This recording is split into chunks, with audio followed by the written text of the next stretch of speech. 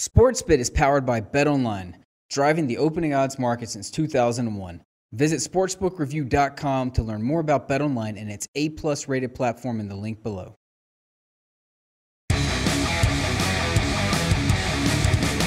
Welcome to SportsBit Betting Insight today. SBRpicks.com, sponsored and powered by betonline.ag. For all of your offshore wagering needs, check out betonline.ag. Let's get right into it on a Tuesday morning. Bad beats, bad bets, bad for the books. Well, I'll start with NFL review from last night. How do we describe it? Well, the game lands right on the number, side and total, with the Baltimore Ravens winning by 7 and the game landing 38. But there was lots of variance out there. There was heavy Baltimore money here in Las Vegas. It went to 8.5 in multiple shops. The books did all right on that contest in those books, but we didn't see that same money show up offshore. You know, Westgate wins, South Point Coast here in Vegas all closed 8.5, whereas Penny and Chris offshore bet online a full point lower at 7.5. Doesn't matter. All the late money came in on the Ravens and none of that cash. The books got to keep it.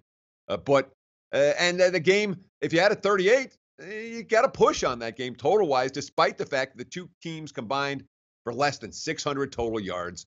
The Ravens got the win and the push for bettors who got a good number, despite the fact their passing game only averaged 4.3 yards per dropback. That's not pretty.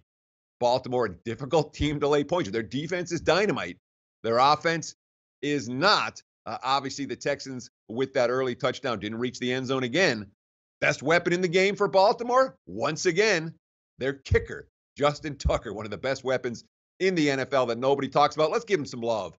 53 and 47-yard field goals last night. That cashed over props on the longest field goal of the game, and it allowed the Ravens to get a push. For better bettors, you bet it late. You took a bad beat with that one. There was a legit bad beat last night. I'll tell you what. Unfortunately, I had it in my pocket. Lakers plus 4.5 against the Clips. There were 5s out there. They didn't last for long. Plus 4.5. Well, they ended up losing by 5, 120 to 115. Lakers, they led outright by 8 with 8 minutes left. It was a 1-point game in the final minute. Lakers score only one basket in the last, 2:56 of play. And Lou Williams, sweet Lou, 42 last night. A huge game against a lousy Lakers guard defense, including the bucket and the 2 free throws in the final minute to get the Lakers, to get the Clippers, I should say, into the money in that contest. He needed both free throws and the bucket to get there. Clips win by 5. Tough beat if you had the Lakers plus 4.5. Let's talk college hoops for a minute. Bad bet. Well, we had Duquesne taking money last night against Cornell. Bet up to 6.5. Yeah, they lost that game in outright fashion. And a couple bad for the books. That Wisconsin-Virginia snooze fest. 49-37 final. You talk about a grinder. Well, under took a ton of money in that contest. Bet from 125 down to 121.5. And it was a clear right side winner on the under. We're talking slow tempo. We're talking great defense. And Virginia, the most rare of teams to get a win without getting a single free throw attempt, speaks volumes about their aggression on offense and the Badgers' play on defense. Too bad Wisconsin couldn't score anything last night either. That was a bad result for the house. And another one where we saw a bunch of under money in the NBA, Brooklyn and Houston. That game bet from 228.5 down to 224.5.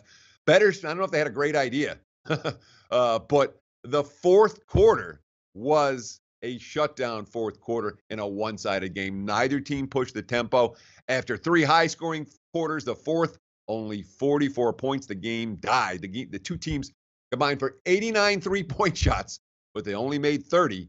James Harden, 37 points. He's averaging 34.5 points in the 5 games with Chris Paul back in the lineup. Nets got the money, even though the Rockets won by doubles. But the key factor here, all that under, 228.5 down to 224.5, cashed in with the game landing 220.